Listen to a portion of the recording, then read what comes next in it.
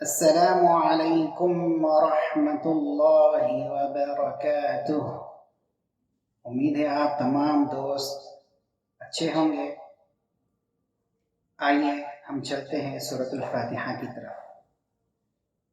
آج ہم سورۃ الفاتحہ کی چوتھی آیت پڑھیں گے اور ان کی غلطیوں کو جانیں گے اور پھر ان کو درست کریں گے۔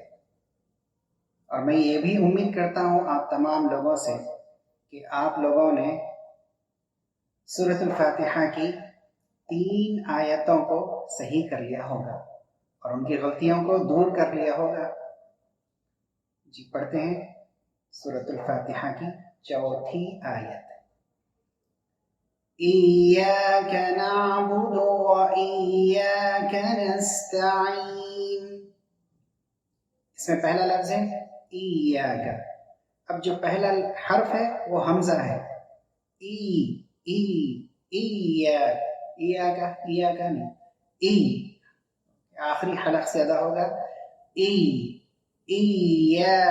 اوکے۔ اور ایک سب سے بڑی غلطی جو لوگ کرتے ہیں، یا کو اتنی شدت سے ادا کرتے ہیں کہ یا تو جیم میں بدل جاتا ہے، یا آدھا جیم کی آواز آتی ہے، یا گاف میں بدل جاتا ہے، جیسے کاف گاف، اردو کا جو حرف ہے گاف اس میں بدل جاتا ہے۔ تو یہ دونوں کو بھی ہم کو بچانا ہے۔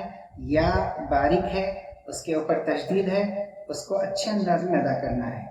ایاک، اس میں جھٹکا بھی نہیں آنا۔ بعض لوگ کہتے ہیں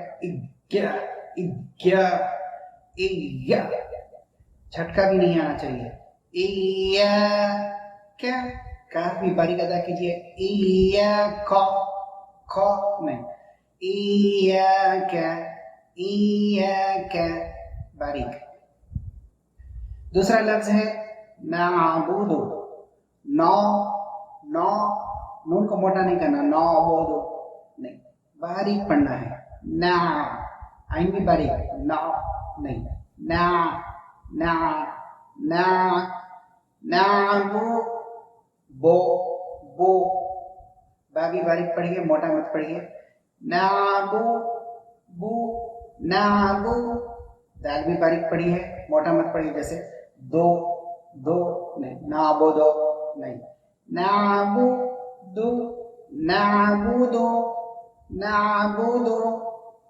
تیسرا لفظ ہے وَإِيَّاكَ، اس میں واو نہیں، واو باریک پڑھیے اور ہونٹوں سے ادا کیجیے، وی کی آواز مت نکالیے۔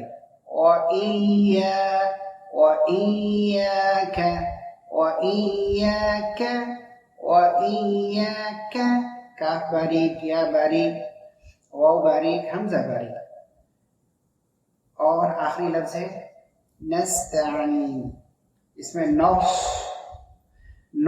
نہیں، نون باریک، نس، اور سین بھی باریک ہے۔ یہاں پر سین کی آواز اچھی طریقے سے نکالیے، سین کو ایسے مت پڑھیے، نس،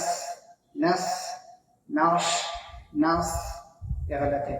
نس، سی ٹی کی آواز، اور اس کے اندر آپ کی جو بریتھ ہے، ہوا ہے، وہ جاری رہے گی۔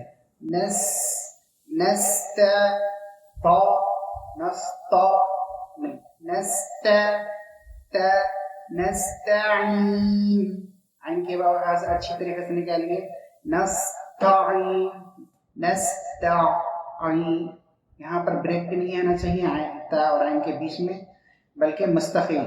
نستعین، تعین، تھا نہیں، تا باریک، نس بغیر جھٹکے کے۔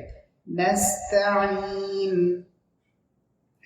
ایاک نعبد و ایاک نستعین، ایاک نعبد و ایاک نستعین۔